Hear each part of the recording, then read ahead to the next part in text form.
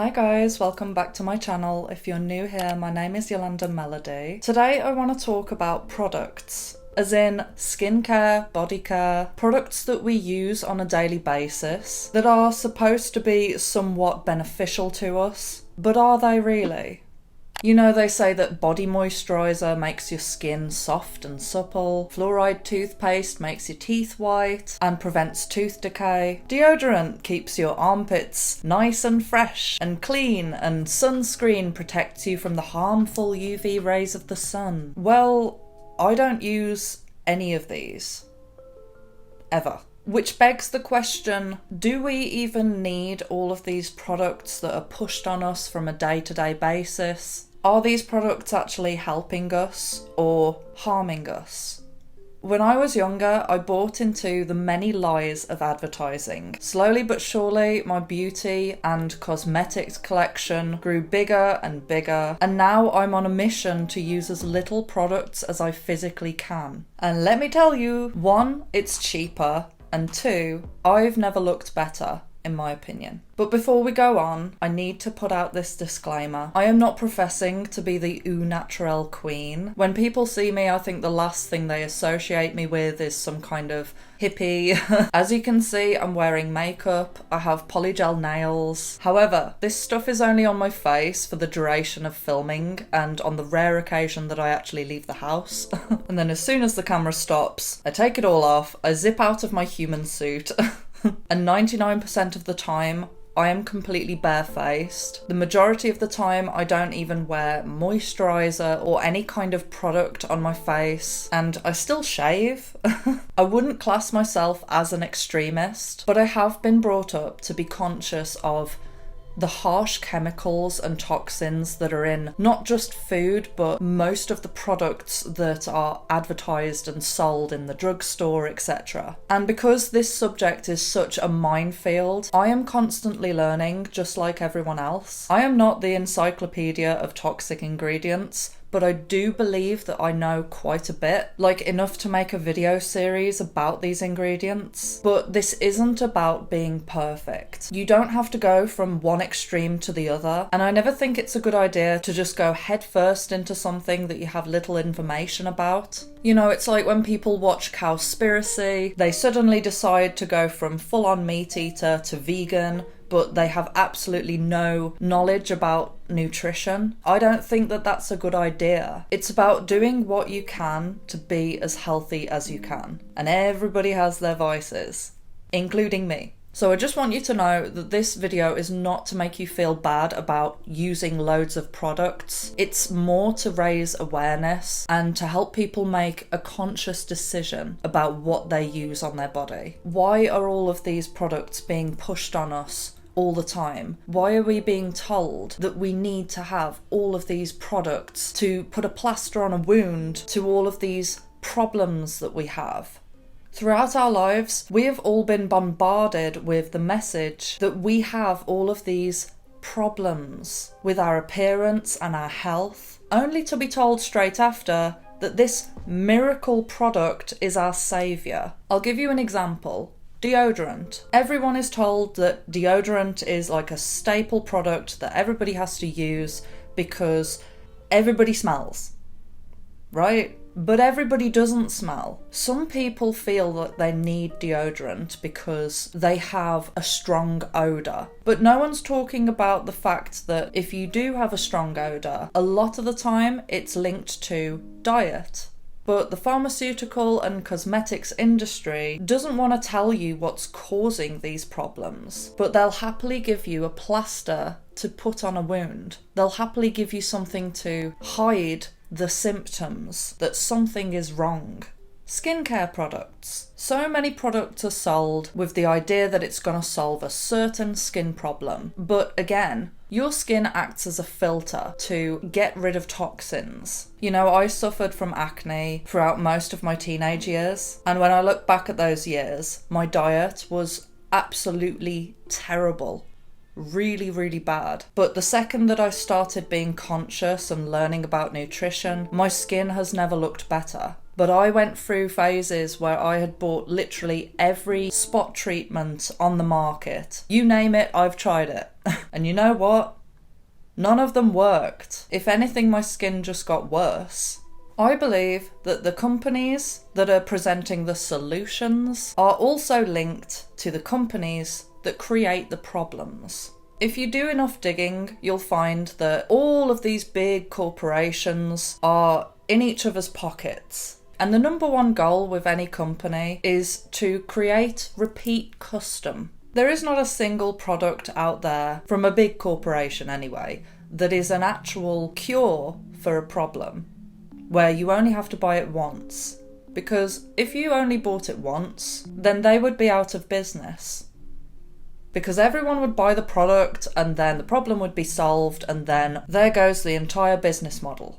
So every product that is sold with the intention that you are going to need to keep buying it over and over again for the rest of your life. That's the main goal. And I've seen this pattern over and over again. I've started using a product, and then over time my body gets used to that product, or it overcompensates, and it's trapped me in a cycle where I have to keep using that product. For example, lip balm. Whenever my lips have been dry, usually the reason for that is because of dehydration or a change in the weather. That's mostly what causes dry lips. And in those circumstances, I've used a lip balm. Doesn't matter which one it is, they all have the same effect. I'll use it and then I can't stop using it. My lips seem to get drier and drier to the point where I always need to have a lip balm on me. And when you look at the ingredients list, if you know how to read ingredients, there isn't really anything in there that is actually healing the problem or healing your lips. It's just putting moisture on the top layer. Now, there was a conspiracy, and this is just, I am literally just saying this now, this is just a conspiracy. I'm not professing this to be true.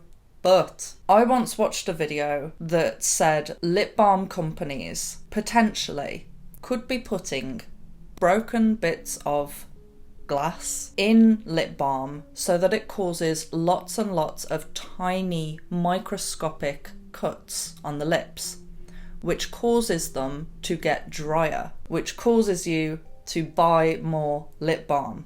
Now, as I've said, this is a conspiracy. I personally think that it makes sense, and I wouldn't put anything past these companies. But even if it wasn't that extreme, I'm going to say this now. All of these companies, in my opinion, are putting things in the formula of products that actually worsen your symptoms in the long run, but mask them in the short term. I always feel a bit hesitant to share these extreme stories or findings if I don't know for certain that they're true, because I don't want it to discredit previous things that I've said on my channel where I really have done my research and I'm pretty positive that I'm right.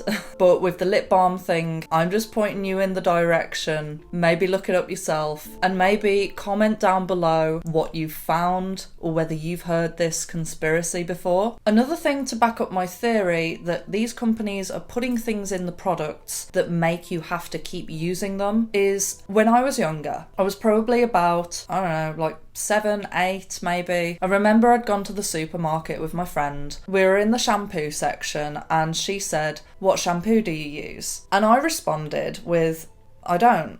I don't use shampoo or conditioner, I just use water." And she instantly responded with, "Oh, that's disgusting. How can you not use shampoo and conditioner?" She said that if I don't use shampoo and conditioner, how is my hair not greasy? And I was like, I don't know. And because I was young and I didn't really know much better, that kind of swayed me to start using shampoo and conditioner. But if you look at my hair when I was little, my hair was perfectly fine.